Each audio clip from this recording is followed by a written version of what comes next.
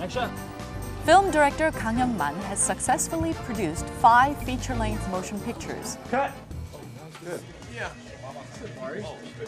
Despite being independent films, Cupids+mistake and Soap+Girl received theatrical film releases in the US in 2000 and 2002, respectively. Give me one good one for me. His latest motion picture, the+last+eve, also went on to receive the Best Action Feature Film Award at the New York International Independent Film and Video Festival. The+last+eve was made under extreme production difficulties and took 2 years to complete. Highly acclaimed for its amazing martial arts scenes, the sequences were created by 3 action teams that also included the Korean veteran martial arts stunt team. The location was so great. We built up the set, the cage set for the fighting sequence, and then we cast all the Korean actors and we hired the Korean crew. Luckily, we got the martial art team from Korea, which was known Volcano High action movie. The+last+eve is an original motion picture that integrates both Korean and Western cultures. The successful production is also largely due to the Korean film crew that worked alongside the film director. At a special stage venue in Los Angeles, the film director and his crew made an appearance for the screening of the movie premiere. This movie's been 2 years in the making, and we really appreciate you all for coming. Everybody give a round of applause for Young Man Kang. A film director who has found success in Hollywood.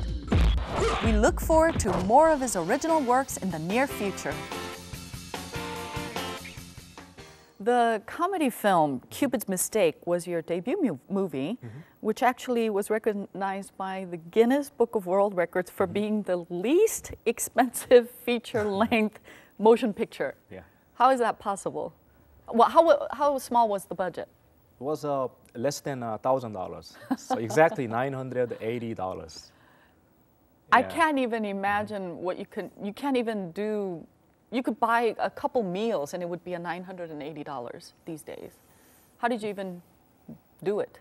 Yeah, and even like a meal, like I have only 4 actors and 2 crews. So, okay, let's say $5 a meal and then total like $20 or $30 meal, and also only 3 days of shooting.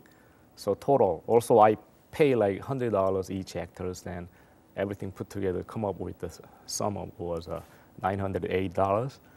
And I mean, there is no script, and the basic concept was just like 4 actors, like quadrangle love story. Let's say A, B, C, D. A likes B, and then B likes C, C likes D, D likes A. But nobody like each other. Kind of like, kind of weird romantic comedy, but pretty interesting. Yeah. Well, how did you decide that you could actually shoot it with that small of a budget? Because that's, you know, people always want big budgets, and that's like the biggest portion of doing any live production or film or even musicals, whatever. But that's very daring. It's very bold for you to say, I can do it in $980. That was like 1999. At the time, I was a TV commercial director, and then actually I didn't really happy about my job, even though same film industry, but I want to be like I want to make my own film, I really want to make my own film, but I mean there is impossible to get like big budget or and there is a good idea. Like I told you, the Kimchi Warrior, how it came up the idea suddenly like boom came into my mind, and also that kind of my mind. So let's make something very different, very different. Also, I look up the Guinness World Record books, and there is a high expensive budget. Also, there is the least expensive budget. Then, why should I try? That way, something like different. Let's make it crazy. Let's make it for fun. I mean, okay, if the movies looks bad, and I don't need to show people. Just like for just my practice, my test, and that was actually start. How long was the movie? Movie was 70 minutes. So that's the minimum you can do as a feature. That was feature length, yeah. Feature length. That's the part of the gimmick, you know. Like feature length gotta be at least 70 minutes. So that's why I make exactly 70 minutes.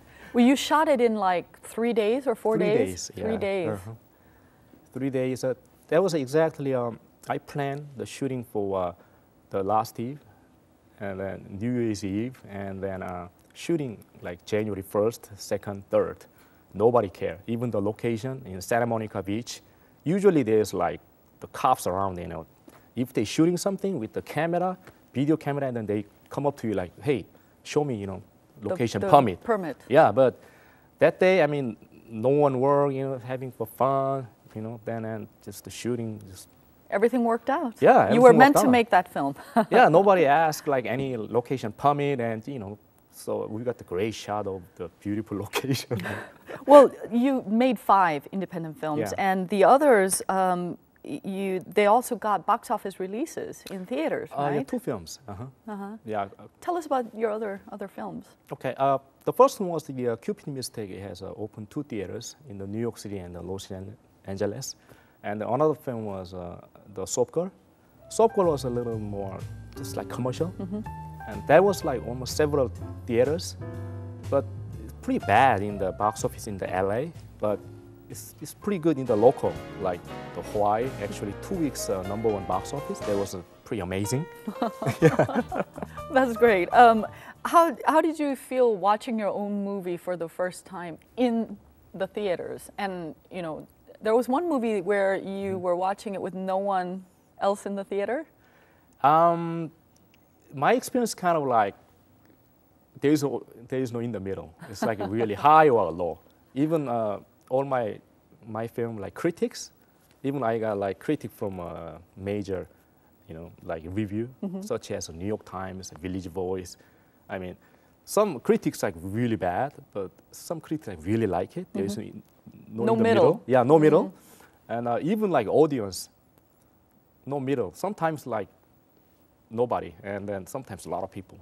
And all of 5 of your movies have been released in DVDs, sold in 15 countries. Did you think that would happen for you? Yeah, I mean, like, I try work hard, and I mean, of course, there's a lot of obstacle, and you know, there's so many way, you know, to sell my films all over the world. Also, like release 5 DVDs in the United States for 10 years. Was like tough time. That's why it's so busy. 10 years, just like boom.